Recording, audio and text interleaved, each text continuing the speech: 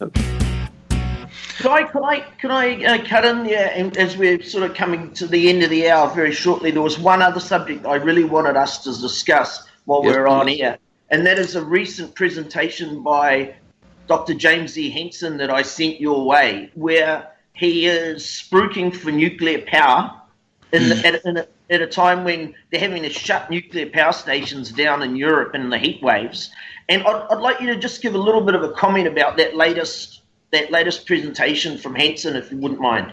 Yeah, this was posted on the YouTube, on June 30th, so just a couple of days ago. That's 2019. And when asked about my 10-year prediction for extinction, Hansen replied, quote, "That's crazy. You can't kill people that easily." Guy McPherson is very pessimistic about humans surviving even 10 more years on the planet. What do you think? I think that's crazy. You can't kill people that easily, but there is real reason to be concerned about the long time scale.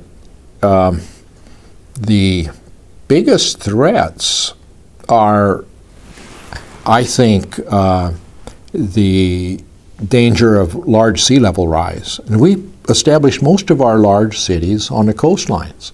So if we continue to warm up the ocean such that it melts the ice shelves and causes many meter sea level rise, we will lose functionality of all those coastal cities, and the consequences would be enormous. And at the same time, we're also beginning to make the low latitudes uncomfortable, which is going to create a pressure for migration out of those latitudes.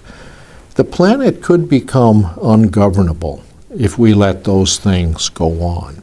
So I think we really should be concerned about the future of the planet on the time scale of today's young people. So I don't think that in 5 or 10 years humanity is going to be leaving the planet.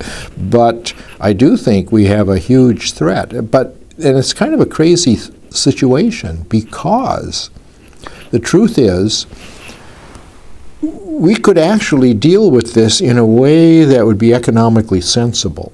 And if we make the price of fossil fuels honest gradually, it would force us in the direction of clean energies. And everybody would be better off. You know, we're killing 20,000 people a day from pollution, indoor and outdoor pollution, contributing about equally.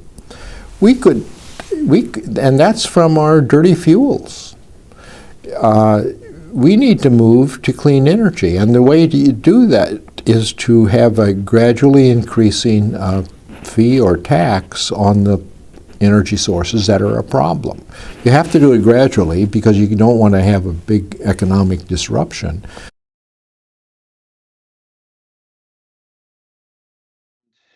I might be crazy. That's not really the issue here. The issue here is the inability or unwillingness of some scientists, including apparently James Hansen, the physicist and astronomer, to not understand biology and ecology. It's clear that there are many ways by which we can actually kill people that easily, a lot of them. I posted on my blog, March 20th, 2019, a short video clip called Edge of Extinction, Examples of Rapid Extinction of Animals. And I give a bunch of examples, one of which is the Bellinger River turtle. It was saved from extinction by putting it in zoos. So the situation means they have to live in a zoo to avoid extinction. That's called functional extinction. You could argue that humans are trapped in the urban zoo, and that when we lose habitat beyond the urban zoo, we won't survive within the zoo. But a more telling example is the San Benedicto rock wren that went extinct in less than 2 weeks after losing its only habitat, which was the San Benedicto Island off the coast of Mexico. Now, this is an animal that could fly, so it could go to other islands, and no doubt did try to go to other islands where it found no habitat for the San Benedicto rock wren. Once we lose habitat for our favorite species, even Homo sapiens, the self-proclaimed wise ape, when we lose habitat, it won't take long before our species disappears. And we're already losing habitat quite rapidly on the planet, as witnessed by the refugee crises afflicting the southern border of the United States, throughout Central America, the Middle East, Northern Africa, the islands in the South Pacific, and so on.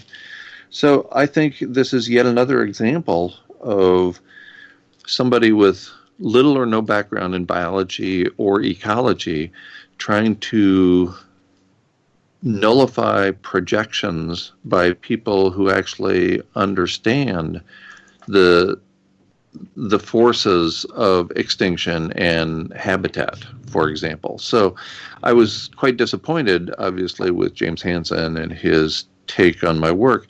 But it doesn't surprise me. After all, here's a man who has been asked several times to appear on a stage with me, either in the form of a debate or a forum or something like that, and has declined every time. So I'm disappointed, but not terribly surprised.